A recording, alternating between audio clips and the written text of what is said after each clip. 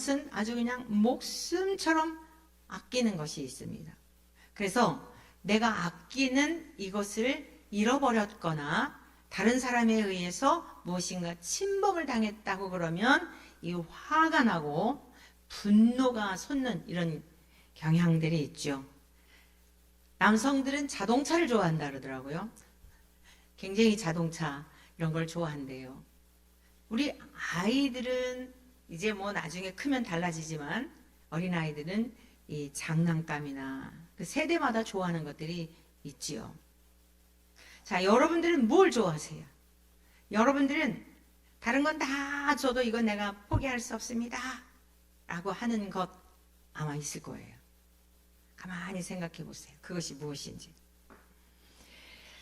그런데 성경은 어린아이들에게 장난감을 소중히 여기고 남성분들에게 어떤 기계나 공구나 자동차나 여성들에게 집이나 이런 것들을 소중히 여기라고 하신 말씀이 없어요. 성경에. 오늘 본문 말씀을 보니까 세월을 아끼라고 말씀하고 있어요. 여러분들이 아끼는 것들이 있을 터인데 어떤 사람은 돈에 대하여 그냥 이 돈만 생각하면 진동을 하고 다른 건 다 줘도 돈만 줄 수 없어요. 이런 분도 있을 거예요. 근데 성경에 보면 오늘 본문 말씀을 보면 세월을 아끼라. 따라해 보시기 바랍니다. 세월을 아끼자. 어떤 분들은 지금 이제 100세 시대가 되고요. 100세가 뭐예요? 뭐 150세를 살 수 있을 거라고들 예측하잖아요. 100세 넘은 분들이 굉장해요. 수만 명이에요. 그런데 이렇게 고령화 시대가 되다 보니까 사람들의 생각 속에 어떤 생각이 있냐면 젊은 날에 너무 힘들게 험악하게 살았으니 남은 여생 너무 시간이 아깝다. 하루하루가 아까워서 여행을 다니고 뭔가 인생을 즐겨야 되겠다. 젊은 날에 청장년 시절에 중년에 해보지 못했던 것들을 해야겠다라고 하면서 아주 요즘 노인분들에 대한 뭐 프로그램이며 얼마나 많은 이 마음만 먹으면 배움의 기회를 갖거나 또 어떤 모임 이런 단체에 들어가서 취미 활동을 하거나 이런 것을 할 수 있는 장이 얼마나 많이 열려 있는지 몰라요. 자, 여러분, 내가 젊은 날에 청소년 시절에 청년 시절에 누리지 못했으니까 지금부터 내가 누려야 되겠다라고 하여 행복할 수 있을까요? 지금 여러분이 살아온 삶을 보면 알아요. 야, 오늘 친구들하고 나가서 놀아야지. 오늘 친구들하고 재미지게 놀아야지 했는데 여러분 그 즐거움이 우리 어린이들도 마찬가지, 우리 청소년들도 마찬가지, 청년들도 마찬가지예요. 여러분 그 즐거움이 몇 시간 계속되던가요? 집에 돌아오는 순간? 아니, 오히려 친구들하고 만나서 재밌게 놀 줄 알았는데 다투거나 생각이 달라서 괜히 마음 상하고 돌아오는 일들이 더 많지 않았을까요? 이 세상에 있는 것들로 인해서 우리가 이렇게 즐겁고 행복하고 야, 오늘 진짜 신난다. 내일도 또 오늘처럼 이렇게 즐겁게 시간을 보내야지라고 하는 그렇게 손꼽을 만한 시간들이 몇 번이나 있었습니까? 우리는 늘 목마름 속에 사는 거예요. 내일은 재미있겠지. 다음에는 그렇지 않겠지. 그래서 자꾸 그 기회를 갖는 겁니다. 사랑하는 성도 여러분, 저와 여러분들은 이 세상에 살고 있지만 이 세상은 그냥 하루 아침에 눈 떠서 우리 어린이들, 학생들 학교 가고 가장들 일터에 가고 그리고 또 하루 해 맞고 집으로 돌아오고 하는 것과 같은 것이 100년을 산다 하더라도 이 땅에서의 삶이에요. 그러면 우리의 삶이 그것으로 끝난다면 너무 허망하지 않습니까? 여러분이 아침에 집에서 나가서 열심히 일하고 다시 집으로 돌아오듯이 우리가 이 세상에서 열심히 산 다음에 다시 돌아오는 게 아니라, 집으로 다시 돌아오는 게 아니라 아버지 집으로 돌아가는 줄로 믿습니다. 아버지 집을 향해 가고 있는 거예요. 우리는 저 영원한 천국을 향해 가고 있는 겁니다. 다시 이 세상으로 돌아오는 것이 아닙니다. 그러므로 다시 돌아오지 않는 이 시간을, 이 세월을 아끼라고 말씀하고 있어요. 아끼라고. 대부분 인생에 이제 중년 넘어가고 노년을 넘어가고 이러면서 후회하는 경우들이 많아요. 아유, 내가 학교 다닐 때 존나 열심히 공부했으면 내 형편이 좀 나았을 텐데, 좋은 학교에 갔으면 좋은 사람을 만났을 거고, 좋은 학교에 갔으면 좋은 데 취직했을 거고, 내 인생이 나았을 건데, 그래서 내 시계표를 다시 돌린다고 한다면 열심히 공부해서 좋은 대학에 가서 좋은 데 취직하고 좋은 사람 만났을, 좋았을 것이라고 하는 후회스러운 이야기들을 하는 경우가 많습니다. 여러분, 그렇게 다시 시계표를 돌렸다고 해서 그런 삶이 펼쳐지는 것일까요? 또 그런 삶을 살았다고 해서 만족할까요? 그렇지 않습니다. 저와 여러분들은 위로부터 부어주시는, 우리를 창조하신 하나님이 주시는 그 평안과 기쁨과 만족으로만 오늘 하루를 산다 할지라도 즐거워하고 기뻐할 수 있는 존재로 그렇게 하나님 우리를 만드셨어요. 할렐루야. 우리를 만든 용도를 알아야 되는 거예요. 피아노는 피아노로서의 역할이 있고, 마이크는 마이크대로, 여기 있는 모든 것들이요, 다 용도가 있는 거예요. 목적이 있는 겁니다. 쓰임새가 있어서 만들어진 거예요. 어느 것 하나일지라도 그 쓰임새 없이 만들어진 것이 없습니다. 쓰임새대로 쓰임받는 것이 보기에 좋은 것이에요. 저와 여러분들은 하나님을 경외하고 하나님을 기뻐하고 하나님을 즐거워하며 살도록 만드셨어요. 그것이 하나님 보시기에 선한 것이고 좋은 것이고 복된 줄로 믿습니다. 그래서 우리 인생의 목적이 분명해야 돼요. 여러분이 학교를 다니는 이유, 여러분들이 공부를 하는 이유, 직장을 다니는 이유, 모든 이유는 목적이 아니라 영원한 하나님 나라에 가기까지 이 땅의 삶의 하나의 수단이라는 겁니다. 목적이 되어서는 안 돼요. 목적이 되면 우상이 되는 거예요. 아버지 집에 도착하기 위해서 거쳐가는 하나의 수단들인 것을 여러분 명심하시기를 축복합니다. 그렇게 우리가 목적이 분명하면 세월의 방향, 내가 어떻게 살아야 될지에 대한, 이 세월에 대한, 시간에 대한 이런 계획들도 명확해지는 거예요. 그래서 오늘 본문 말씀을 보면, 자, 16절 말씀을 좀 한번 보실까요? 세월을 아끼라, 때가 악하니라 라고 말씀하고 있어요. 여러분이 장난감을 아껴라, 돈을 아껴라, 물건을 아껴라 라고 말씀하지 않고 세월을 아끼라는 것입니다. 시간을 아끼라는 것입니다. 할렐루야. 그러면 이렇게 시간을 아끼기 위해서는 첫 번째, 지혜가 있어야 합니다. 아무나 세월을 아끼지 않아요. 물론 세월을 아끼는 사람도 있어요. 돈을 많이 벌기 위해서 잠도 자지 않고 열심히 노력하며 이 시간, 하루에 막 2곳, 3곳을 일하면서 수고하는 분들도 계세요.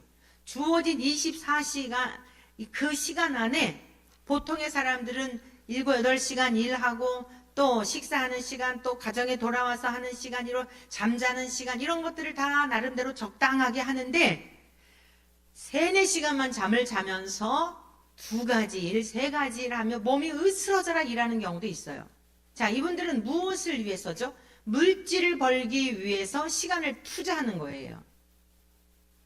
그런데 그렇게 하고서 살만하니 죽음이 내 앞에 딱 오는 거예요.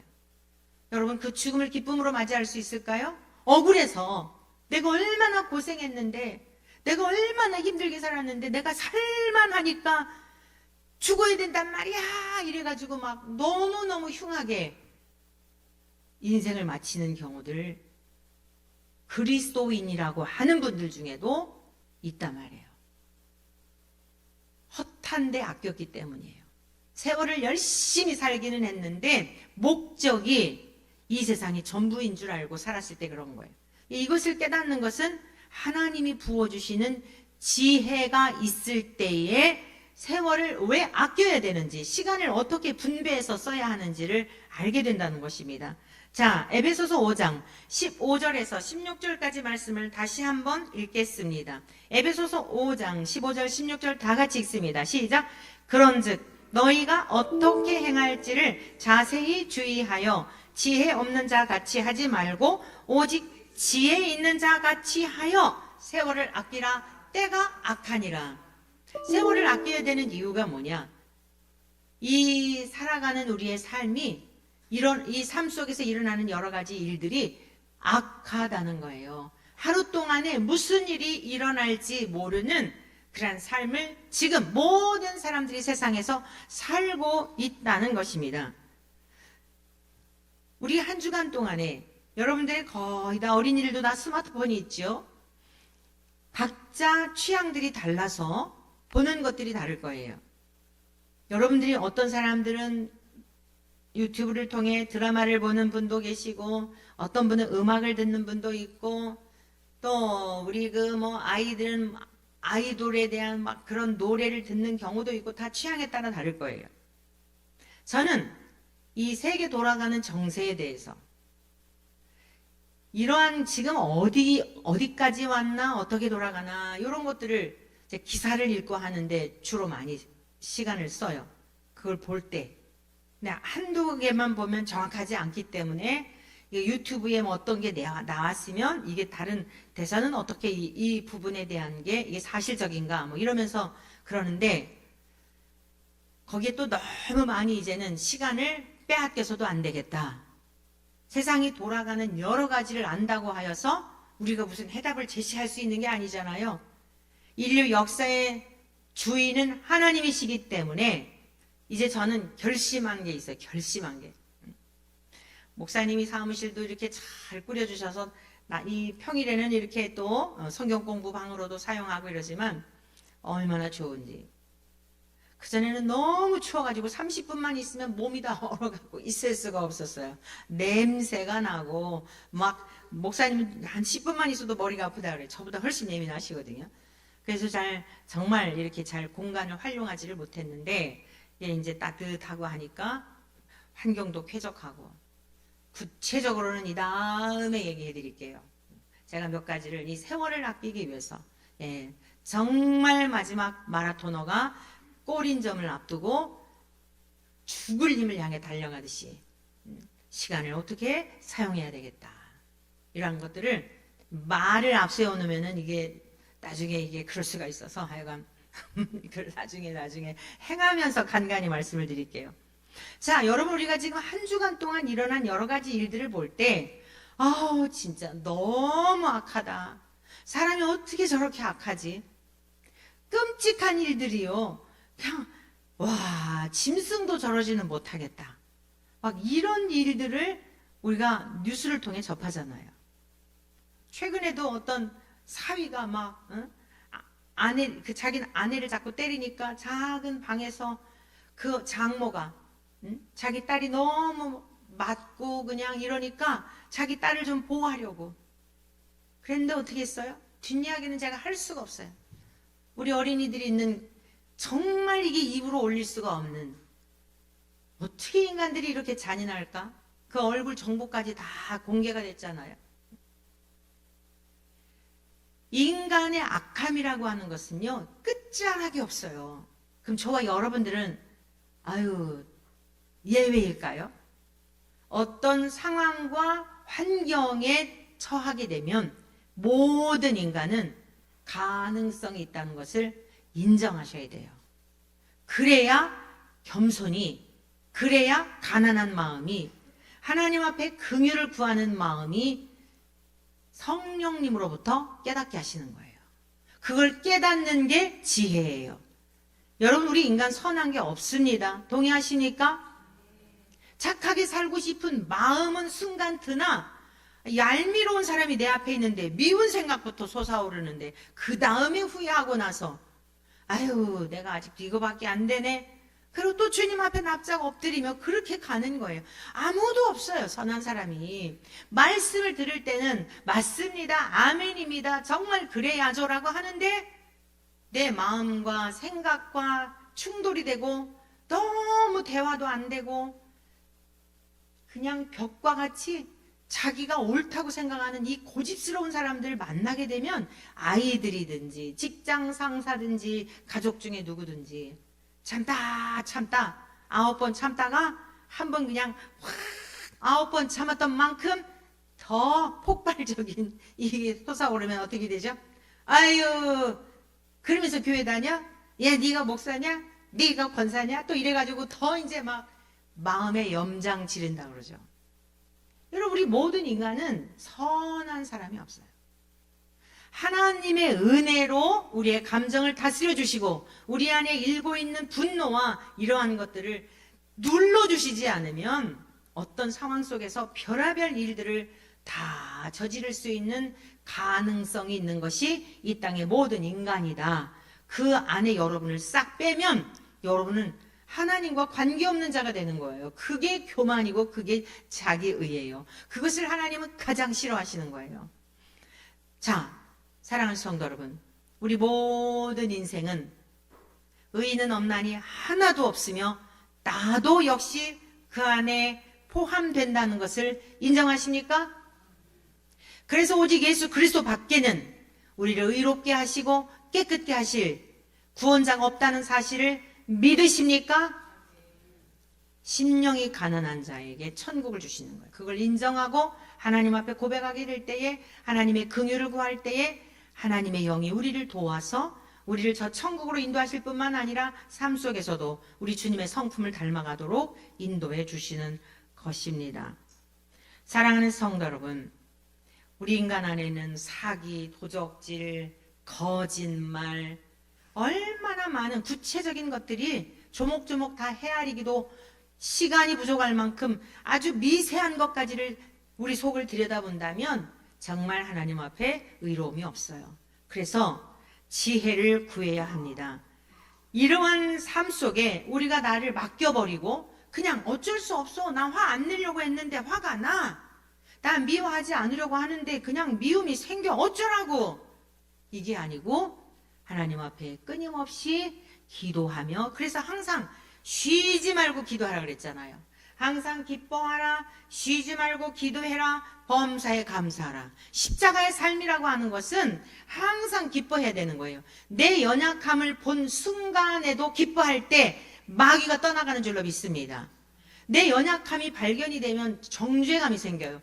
나 스스로가 민망하고 나 스스로 자꾸 넌 이것밖에 안 되잖아 하고 마귀가 자꾸 속살부린단 말이에요. 그러면 막 자꾸 우울해지고 살맛 안 나고 기도할 마음도 안 생기고, 이게 마귀가 노리는 거예요. 어떻게 그 상황에서 이기느냐?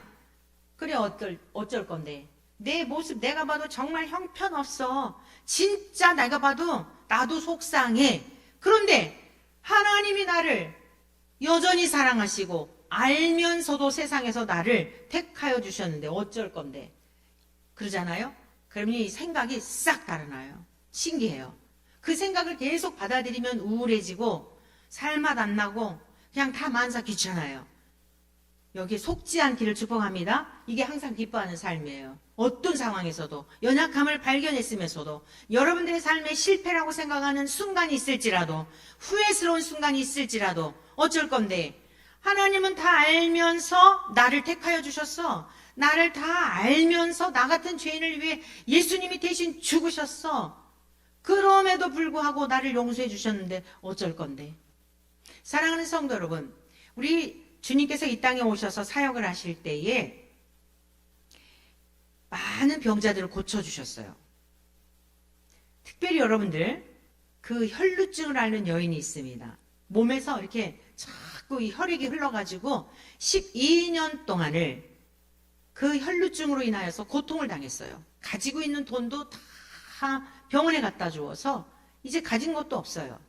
가족들이 있었을까요? 레위기 15장에 보면요, 한 장 전체를 할애하고 있어요. 유출병에 대해서 굉장히 부정한 것으로 성경은 말씀하고 있는 거예요. 그 여인이 앉았던 자리에 앉잖아요. 그 여인이 누웠던 침소에 눕거나 그 여인을 만지거나 이렇게 되면요, 같이 부정해지는 거예요. 그런데 우리 예수님께서 이 땅에 오셨을 때에 이 여인이 예수님에 대한 소문을 들었겠죠. 예수님의 옷자락에 손만 대어도 나을 것이라는 믿음을 갖고 있었어요. 감히 앞에 가서 저 좀 고쳐주세요 라고 말할 용기도 없었어요.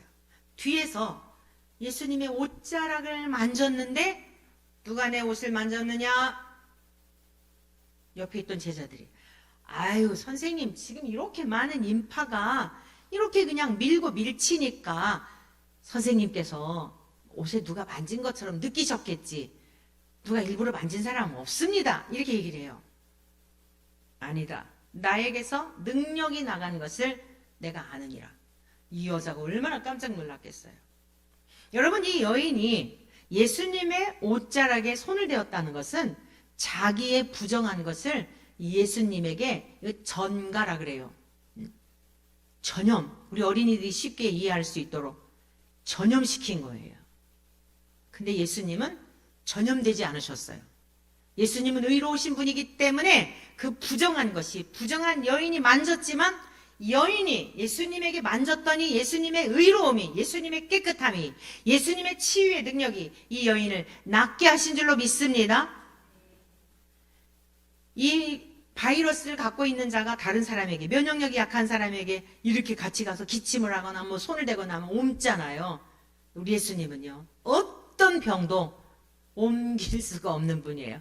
받아들여지지 않아요. 우리 아무리 더러운 죄라도 우리 주님이 그 죄인이 되는 게 아니라 주님의 깨끗함이 우리에게 전가가 되어서 우리를 의롭다 하여 주신 줄로 믿습니다. 그러므로 이 세상을 바라보지 마시고 어떻게 행할지를 자세히 주의해 보라는 거예요. 근데 우리는 잘 몰라요. 그래서 지혜 없는 자같이 하지 말고 내 생각대로 살지 말고 내 마음대로 살지 말고 지혜 없는 자같이 하지 말고 지혜를 구하라고 말씀하고 있습니다. 야고보서 1장 5절의 말씀이에요. 지혜라고 하는 것은 하나님의 속성입니다. 말씀 좀 띄워주시기 바랍니다. 지혜는 우리 인간에게 있는 게 아니에요. 하나님의 성품, 하나님의 속성으로서 성령님을 통하여 하나님의 마음을 알게 하시고 하나님의 뜻을 깨닫게 하십니다. 지혜가 있을 때 하나님의 뜻을 깨닫게 하시는 거예요. 야고보서 1장 5절 말씀 우리 다 같이 읽어보실까요? 시작! 너희 중에 누구든지 지혜가 부족하거든 모든 사람에게 후히 주시고 그리하면 주시리라. 아멘. 여러분 일생 사는 동안 반드시 누구나 예외 없이 기도할 때마다 지혜를 구하시기를 축복합니다. 이 지혜가요 지도자들에게 있어서 정말 필요한 게 지혜예요. 이 지혜 없음으로 말미암아 일들이 어그러지는 경우가 굉장히 많아요.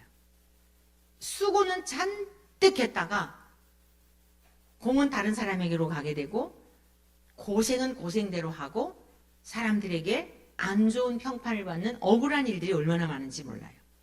그리스도인들은요 기도할 때마다 여러분 자녀들을 위해 축복하며 기도할 때마다 지혜를 주시도록 꼭 지혜를 얻도록 우리 사랑하는 자녀들에게 지혜로 충만하도록 기도하시기를 축복합니다. 지혜가 있어야 돼요. 삶에 있어서 어떤 잔꾀를 말하는 게 아니에요. 하나님이 세상을 지혜로서 창조하셨어요. 모든 터를 세우시고 이 세상의 이 광활한 세상을 하나님의 지혜로 창조하신 거예요. 그 무궁무진해요. 하나님의 지혜는 무궁무진한 창의적인 능력입니다. 우리 지난 이제 금요일 날 우리 아이들 성경 공부를 하면서 요즘 고민이 뭐냐 이렇게 물어봤더니 진로에 대한 고민을 하는 거 이제 중3인데 여러분 유튜브에 얼마나 많은 전문가들에 의하여서 10대 아이들이 앞으로 할 게 없대요. 10대 아이들이. 여러분 그거 보셨어요? 그 뉴스? 안경을 끼면 이게 다 이 시험지 정답이 다 나와. 여러분 인간이 할 수 있는 영역의 한계를 기계들이 지금 다 침범하고 있는 거예요. 그런데 아무리 기가 똑똑하다 할지라도 하나님의 창의적 능력을 능가할 수 있는 것은 세상에 아무것도 없어요. 여러분 그 기계도 다 사람이 만든 거잖아요. 로봇도 사람이 만든 거잖아요. 하나님의 미련, 하나님은 미련하신 분이 아니에요. 인간이 아무리 똑똑하고 잘났다 할지라도 하나님의 미련한 것에도 미치지 못하다 그랬어요. 여러분, 이 시대는 하나님의 지혜가 있는 자들에 의하여 새롭게 재편이 될 겁니다. 저는 확신해요. 그 창의적인 것은 하나님의 영역이란 말이에요.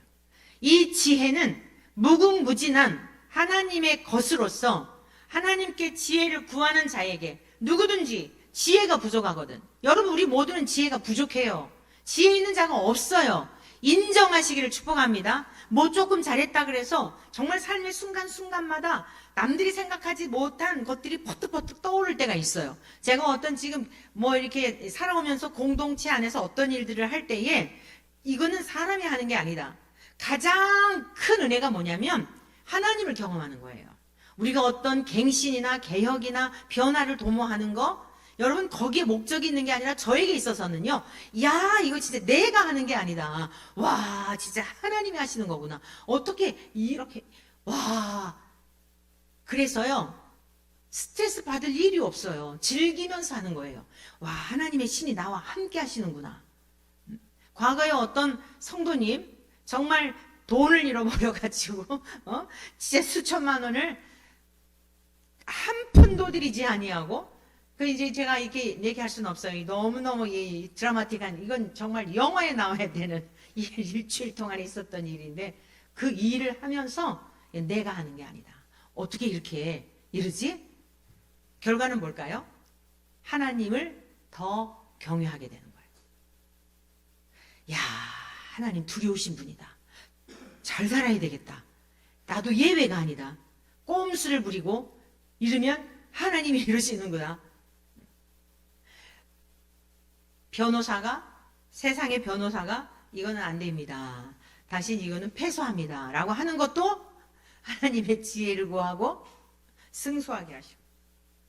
여러분, 하나님의 지혜는요, 영적인 것만 말하는 게 아니에요.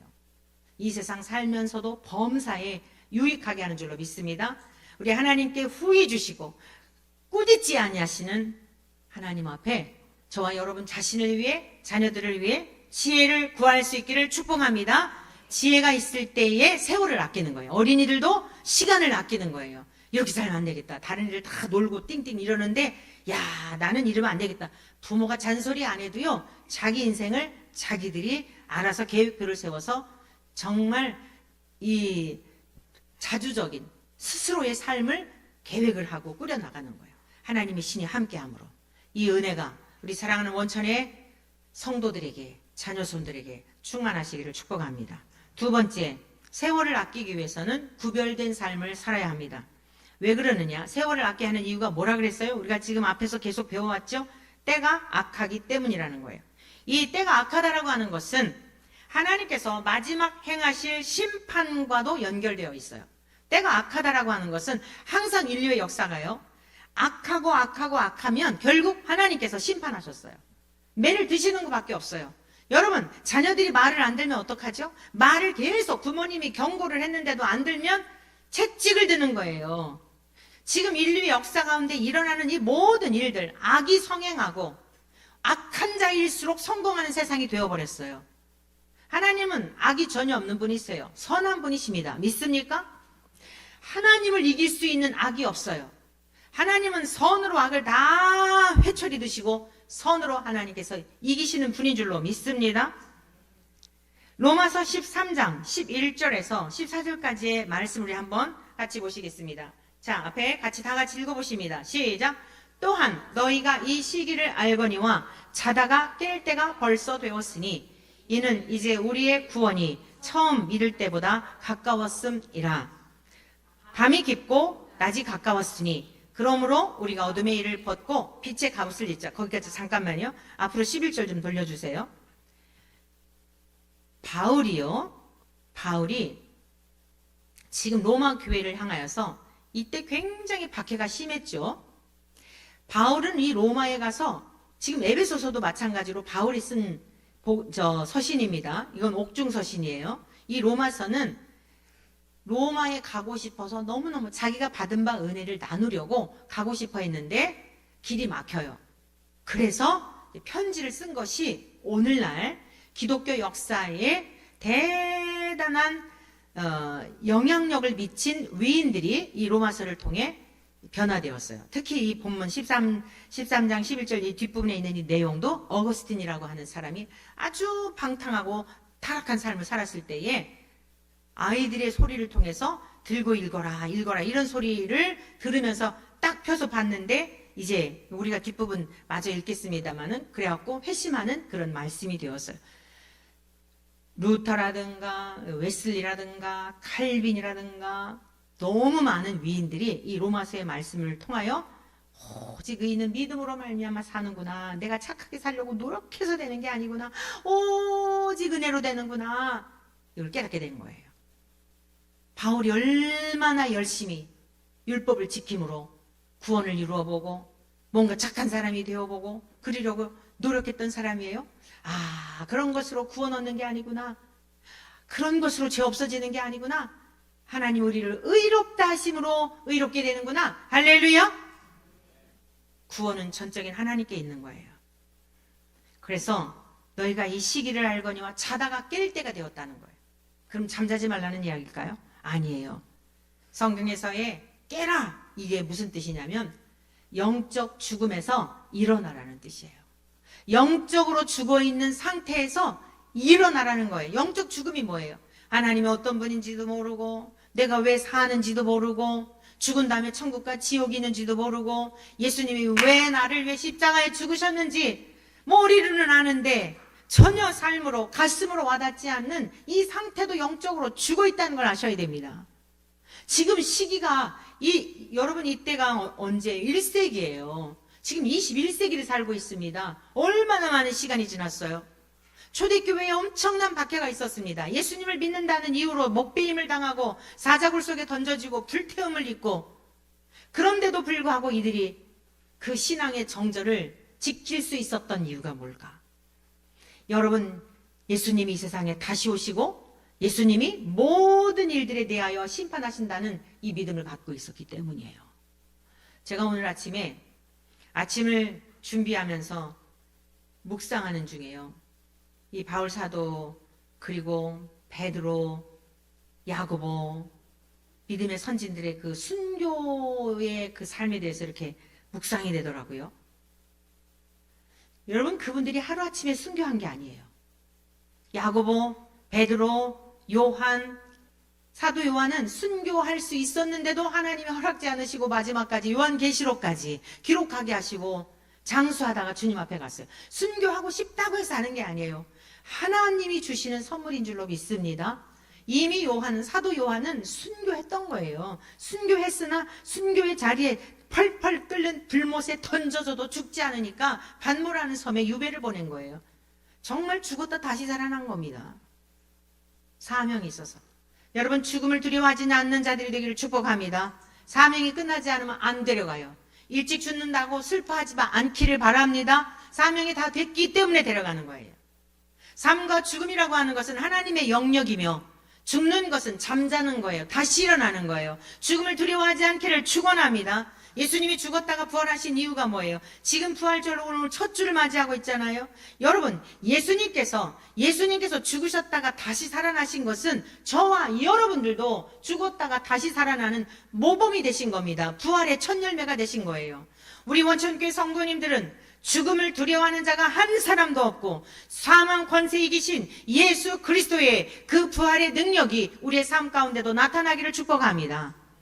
제가 이 앞서가신 믿음의 선진들의 순교적 삶에 대한 것을 묵상하는 중에 무슨 깨달음이 왔냐면요. 그분들은 살아있을 때도 순교의 자리에 있기 전에도 자신을 전 존재 자체를 다 들여서 하나님 앞에 그 사랑에 겨워 감격하여 하나님의 은혜와 예수 그리스도의 십자가의 그 사랑과 성령님이 내주하셔서 역사하시는 그 은혜 때문에 감격하여 평상시에도 전부를 드렸던 분들이에요. 그래서 하나님이 증표로다가 마지막에 그분들의 생명까지도 후대의 모든 사람들에게 자랑하시기 위하여 인간적으로 생각하면 어때요? 너무 처참하잖아요. 바울 사도가 목배임을 당했단 말이에요. 인간으로 생각하면 너무 불쌍하죠. 그런데 하나님의 관점에서 볼 때 이게 하나님의 지혜예요. 얘들아 봐라. 살아있을 때만 나를 사랑한 게 아니라 자기의 전부를, 목숨을 바쳐 나를 이토록 사랑했단다 라고 하나님이 자랑하시느라고 그들에게 순교의 영광을 주셨구나. 이게 깨달아졌어요. 아무나 숭배하는 게 아니에요. 왜냐? 장차 그 순교자에게 주시는 영광이 가장 크기 때문에, 왕 노릇하기 때문에. 세상의 왕들은 다 두려워 떨고 후회하고, 산들아 무너져 내 얼굴을 가려다오, 부끄러워서 내가 하나님을 볼 수가 없고, 심판을 받는 날에 요한계시록에 나오잖아요. 제발 내 얼굴 좀 가리워줘. 자기들의 죄가 막 온 인류의 역사 가운데 왔다 갔던 사람들 앞에 다 드러난단 말이에요. 너무너무 부끄럽단 말이에요. 그 심판 자리 앞에서 제발 나 얼굴 좀 가리워줘. 여러분, 죄수들 보면은 꼭 이렇게 막 모자를 푹 뒤집어 쓰거나 막 이러거나 이러잖아요. 왜 그러죠? 부끄러워서 그런 거예요. 왕들이 그 행했던 악행들이 다 드러나니까 부끄러워가지고, 제발 산들아, 큰 산아, 작은 산아, 작은 무엇이라도 좀 내 얼굴 가려다오. 이게 하나님의 심판대 앞에 있게 될 모습입니다. 오늘 저와 여러분들 살아있을 동안에 해야 할 일이 뭐냐? 하나님 앞에 절저하게 우리의 죄를 생각날 때마다 하나님 앞에 고백하여 깨끗하고 정결한 그리스도의 신부로서 단장할 수 있기를 축복합니다. 이게 깨어있는 거예요. 자다가 깰 때가 되었다는 것입니다. 빛의 갑옷을 입고 이제 어둠의 일을 다 벗어버리고 구원이 처음 믿을 때보다 가까웠다 그랬잖아요. 이게 무슨 뜻이에요? 저와 여러분들이 예수님을 믿었던 어떤 시점이 있어요. 예수님을 영접했던 시점이 있습니다. 근데 점점 지금 하나님께로 가고 있잖아요. 주님 뵐 날이 다가오고 있잖아요. 인류의 종말이 더디다 할지라도 개인의 종말이 다가오고 있다는 말씀이에요. 오늘 여러분들의 인생이 앞으로 몇 년 안 남았다고 할 때 무엇으로 채우겠습니까? 무엇으로 채우시겠어요? 무엇으로 여러분은 준비하시겠어요? 무엇을 저축해서 남기시겠습니까? 여러분, 하나님의 말씀으로 가득 채우는 저장고가 되는 은혜가 있기를 축복합니다. 하나님의 말씀으로 우리의 생각 속에, 우리의 영혼 속에 말씀으로 막 채우시기를 축복합니다. 하나님의 말씀 한 절 읽으면 여러분에게 10만 원 준다 그러면 한 절 외울까요? 안 외울까요? 예? 한번 다시 묻겠어요. 세월을 아끼라 때가 악하니라. 요거 한 절 외우면 10만 원을 제가 여러분에게 준다고 하면 외워요, 안 외워요? 다 외웠을 거예요. 지금 벌써 다 외웠어요. 정신을 바짝 차리니까. 하나님의 말씀이 10만 원보다 가치가 없는 걸까요? 답이 나오죠? 우리가 얼마나 하나님의 말씀을 가볍게 가치, 평가절하하고 있는지 아시겠죠? 하나님의 말씀은 계산이 안 되는 거예요. 하나님 자신이기 때문에. 하나님의 말씀을 많이 암송해 놓을 수 있기를 축복합니다. 특별히 우리 주님께서 이 땅에 오셔서 성경에 보면 빨간 글씨잖아요. 복음서에 보면 빨간 글씨 있어요. 그 빨간 글씨 예수님이 하신 말씀을 이렇게 색인으로 표를 해놓은 거예요. 특별히 산상수훈의 말씀. 산상수훈의 말씀은 굉장히 중요한 말씀이에요. 마태복음 5장, 6장, 7장은 우리 원천교회 성도님들은 기본적으로 암송해 놓으시기를 축복합니다. 축복합니다. 어느 날 갑자기 우리 암송대회 하겠습니다.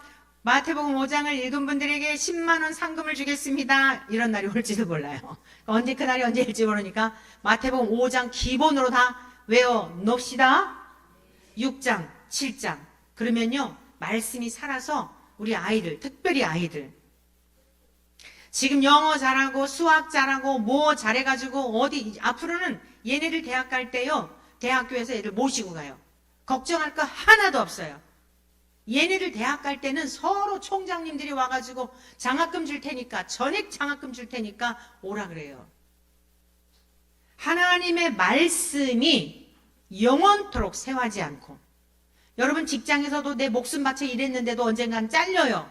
그러나 하나님은 저와 여러분들을 자르지 않고 어서와 수고했어, 너무너무 고생했다, 잘 참았다, 그 나라에까지 이끌어 가시는데, 무엇으로 이끌어 가신다고요? 말씀으로 이끌어 가시는 거예요. 하나님의 말씀을 많이 저장하시기를 축복합니다. 자, 3장 12절 다시 보겠습니다. 로마서 3장 12절 띄워주세요. 다 같이 읽습니다. 밤이 깊고 낮이 가까웠으니, 밤이 깊다는 건 뭐냐면 죄악의 밤, 심판의 때를 말하는 거예요. 낮이 가까웠으니 우리 주님이 아침에 부활하시죠? 그러므로 우리가 어둠의 일을 벗고 죄악의 일을 벗으라는 거예요. 악습을 버릴 수 있는 저와 여러분 되시기를 축복합니다. 여러분 모두가 다 알고 있는 악습이 있어요. 스마트폰에 너무너무 이게 자꾸 정보를 본다, 뭐 기사를 본다, 뭐를 본다 하더라도 이게 책을 잘 안 보잖아요, 요즘은. 여기 이게 백과사전이 다 들어있잖아요. 그러다 보면 또 엉뚱한 알고리즘이 떠가지고 이것저것 또 보게 되고, 안 봐도 되는 거 보게 되고, 막 두세 시간이 훅 지나가게 되고, 그러잖아요. 가능하면 이제는 그러한 것도 멀리하고 하나님의 말씀을, 여러분 우리가 말씀 통독을 했었잖아요. 성경 통독하면서 뭘 느끼셨어요? 쉽던가요? 힘들던가요? 다시 물어요. 성경 통독을 하는데 1시간 20분에서 1시간 40분을 하신 분들만 대답해 보세요.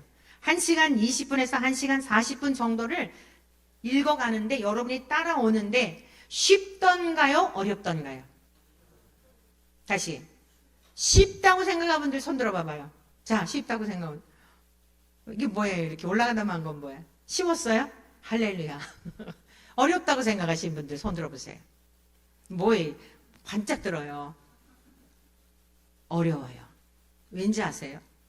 세상에 유튜브, 드라마, 영화 보는 건 시간이 5시간, 6시간 가도 재미져요. 요즘은 얼마나 재미나는 게 많은지, 그 재미나는 게 저에게 있어서는 관심이 뭐냐면 교육이에요, 교육.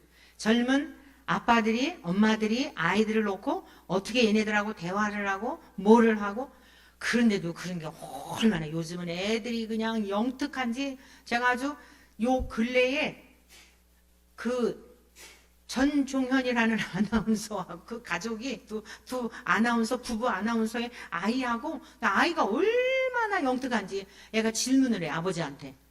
죽은 다음에 어떻게 돼요? 이러고 질문을 하더라고요. 아빠가 책을 2권을 읽어가지고 기독교와 불교에 대한 걸 얘기를 해줘요. 아쉽더라고요. 엄마는 천주교인이래요. 유은혜서를 얘기해주고 기독교에 대한 걸 얘기해주고, 근데 기독교에 대한 건 뭐라고 얘기하냐면 착하게 살면 천국에 가고, 착하게 살아서 천국에 가는 게 아니에요. 그냥 정말 이들에게 기독교 복음이 들어가서 복음적으로 자녀들을 양육하면 지금 보면 너무 똑똑하고 영특한데 왜 얘 같지가 않아요. 초등학교 우리 손주, 작은 손주 아이 10살인가 이렇게 됐는데 얼마나 그냥 이러는지 아주 그냥 정말 근데 그것조차도 뭐가 남아요? 남의 가정이 그거 보고 뭐가 남아요? 이래서 사람들이 이런 거 여기 빠져가지고 그냥 팬심이라 그러죠. 이렇게 되는구나. 사랑하는 성도 여러분, 어둠의 일을 벗고 하나님의 말씀이 아니고 생명이 아닌 것은 우리의 마음을 자꾸 점령을 해요. 파고 들어와요. 그런데 하나님의 말씀은요, 집중해가지고 1시간 20분 40분을 그냥 나중에 읽는 게 말고 그 시간 계속해서 따라 읽는 게요, 육적인 자아를 죽이는 시간이에요. 그게 계속 들어오나요? 잡생각이 들어오잖아요? 근데 음악은 어떻습니까? 달콤해요. 여러분, 성경이 달콤해서 읽으려고 하면 절대 죽을 때까지 못 읽습니다. 죽이는 시간인 걸 깨달으시기를 축복합니다. 죽이는 시간이에요.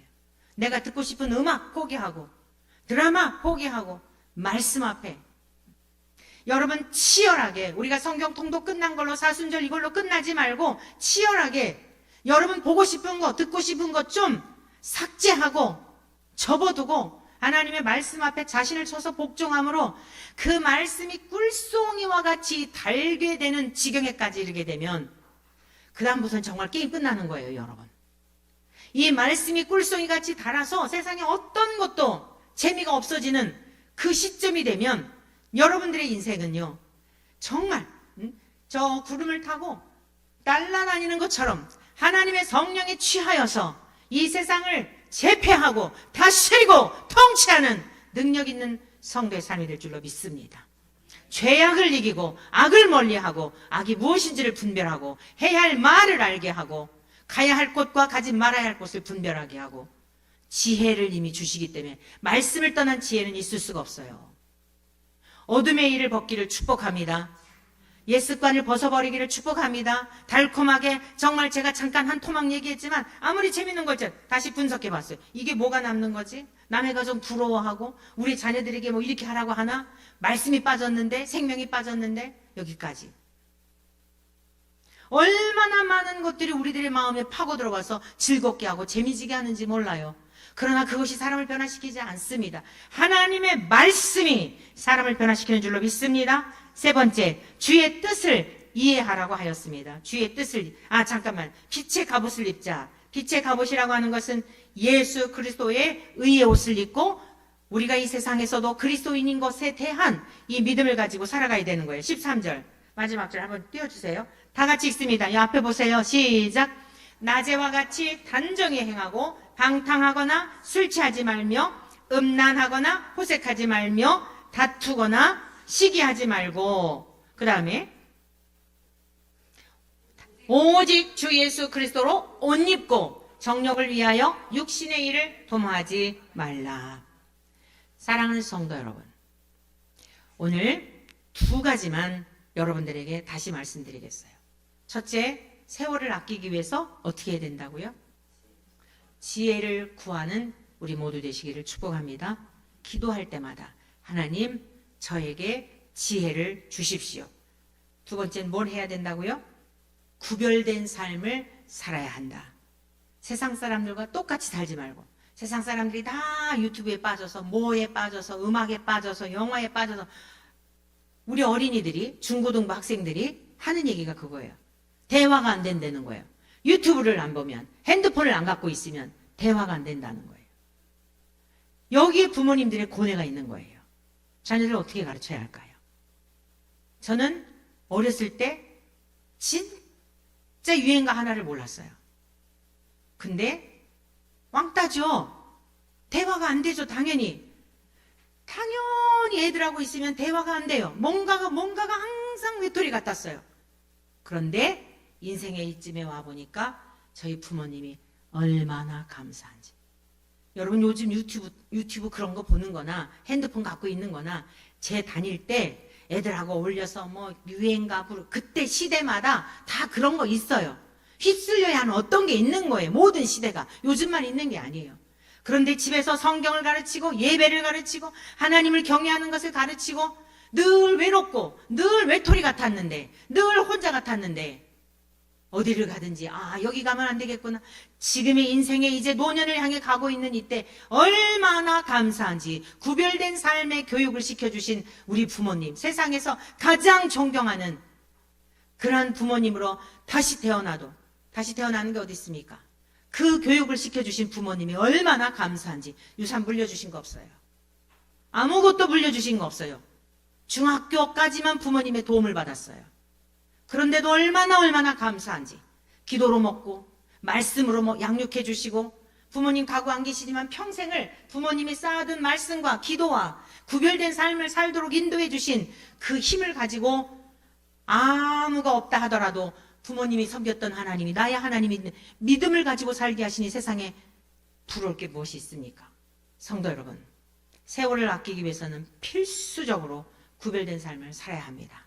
친구가 없어도 왕따 당하는 것 같아도 잘 가고 있다라고 위로해 주시고 휩쓸려 다니면서 기죽지 말고 당당하게 그리스도인으로서 영원한 천성을 향하여 부활하신 우리 주님을 만날 그 시간이 점점 다가오고 있음에 대한 믿음을 가지고 오늘의 삶의 자리에서 더 열심히 하고 왕따 당하는 그 시간 더 책 보고 더 열심히 공부하고 그러면 다른 친구들이요 친구 하자고 오히려 와요. 여러분들이 그 시간을 아껴서 더 책을 보고 더 열심히 공부하고 지혜를 구하면 공부 잘하는 친구들 많이 모인다니까요.